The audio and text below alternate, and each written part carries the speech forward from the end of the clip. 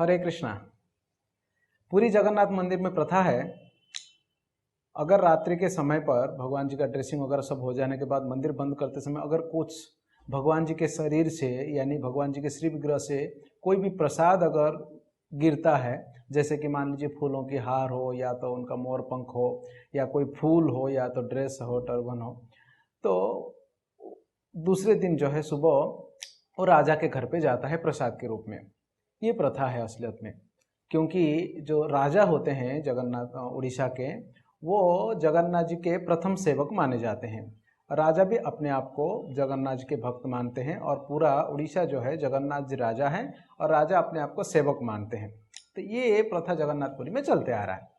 एक दिन क्या हुआ मालूम है, सुबह जगन्नाथ मंदिर से दो पुजारी जगन्नाथ जी का एक प्रसाद, वो एक्चुअली जगन्नाथ जी को पहनाने वाला जो साड़ी है वो लेकर गए।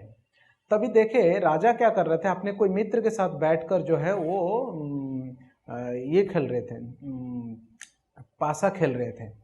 तो पासा ऐसे डालते हैं ना उसको, तो पासा खेलते समय जगन्नाथ जी के पुजारियों ने महाराज जी का जय हो करके बोले और जगन्नाथ जी का प्रसाद उनको दिए।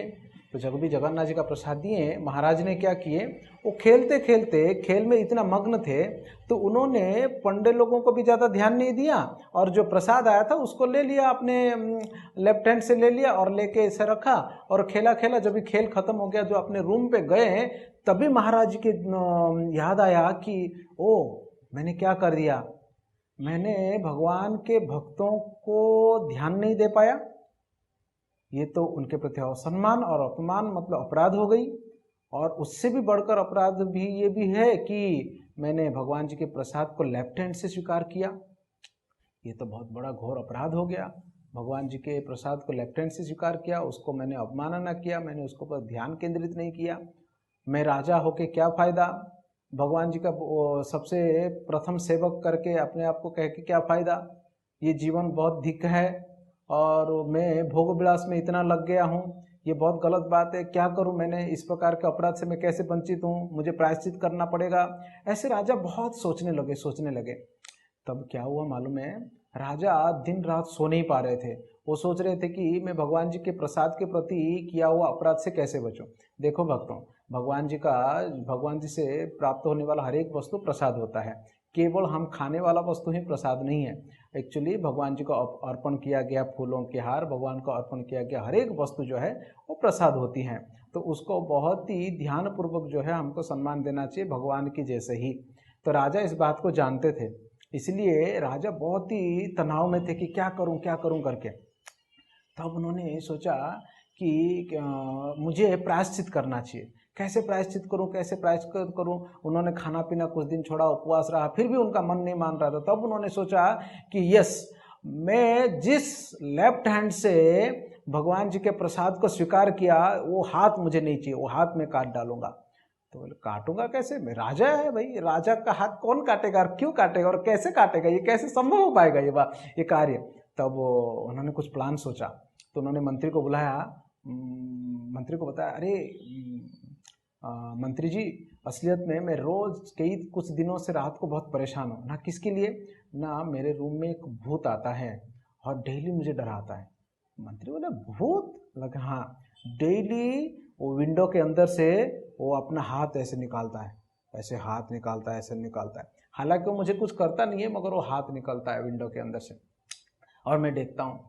तो मंत्री जो है ना बहुत तांत्रिक लोगों को बुलाकर बहुत जो है मंत्र पाठ वगैरह करके सब पूजा विधि करके सब किए। बोले कि महाराज अब आप शांति से सो सकते हैं। महाराज उस दिन सोए शांति से। उस दिन के बाद फिर मंत्री ने पूछा एक दिन, महाराज अब कैसा लग रहा है। अरे कह रहे वो सब बेकार तांत्रिक लोग थे यार, वो भूत गया नहीं, वो भूत अभी भी है और अभी भी वो हाथ जो है ना विंडो से अंदर आता है और अंदर आता है और मुझे डराने के लिए ट्राई करता है। अभी मंत्री को बोला कि अच्छा महाराज, आप एक कृपा करिए मेरे ऊपर, आप क्या करिए, आज जो है आप दूसरे कमरे में सोइए और आपके कमरे में मैं सोऊंगा एक तलवार लेकर, और देखता हूँ कौन ये बदमाशी कर रहा है, सच में भूत है कि क्या है, मैं देख लूंगा। राजा बड़ा खुश हो गया और राजा क्या है वो बाजू वाला कमरे में जाके सो गए।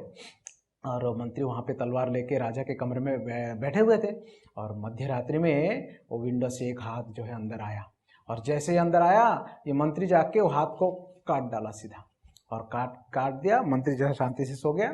सुबह होने के बाद सब लोग मिलकर महाराज के पास गए और महाराज जी को मंत्री बोले कि महाराज वो हाथ जो है काट दिया मैंने, कौन था पता नहीं, हाथ तो काट दिया उसका और ये हाथ है ऐसे करके। तो महाराज बड़े प्रसन्न थे चेहरे में और बोला कि मंत्री को थैंक यू बोले और उनको गिफ्ट भी दिए। तब तक सबकी नज़र गई कि महाराज जी को तो हाथ नहीं है, हाथ कटा हुआ है। सब आश्चर्य हो गए। फिर वो हाथ को देखते हैं तो राजा का हाथ है। सब लोग दुखी हो जाते हैं। मंत्री अपने आप को घिन मानता है, वो सोचता है कि मैं बहुत बड़ा पाप कर लिया हूँ। राजा जो है भगवान का भक्त है और प्रतिनिधि है, मैं उनका हाथ काट लिया, मैं कितना मूर्ख हूँ, पता नहीं महाराज जी क्या लीला कर रहे थे, क्या वो हमको सिखाना चाहते थे, मैं समझ नहीं पाया। ऐसे करके मंत्री बड़ा दुखी हो गया। राजा उनको समझाते हैं कि नहीं असलियत ये मेरा ही मतलब प्लानिंग था कि मेरा हाथ कटे करके, इसलिए मैंने ऐसा प्लानिंग किया था, आप चिंता मत करो। मंत्री को जो है समझा के बताया।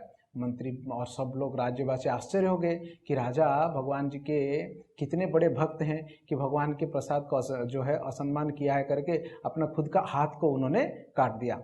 तब मंत्री ने क्या किए, महाराज की जो हाथ हैं वो हाथ को लेके जगन्नाथपुरी में जगन्नाथ वल्लभ गार्डन है, उस जगन्नाथ वल्लभ गार्डन में खोद कर, वो राजा का गार्डन है एक्चुअली, वो खोद कर उसके अंदर समाधि दे दिए वो राजा के हाथ को।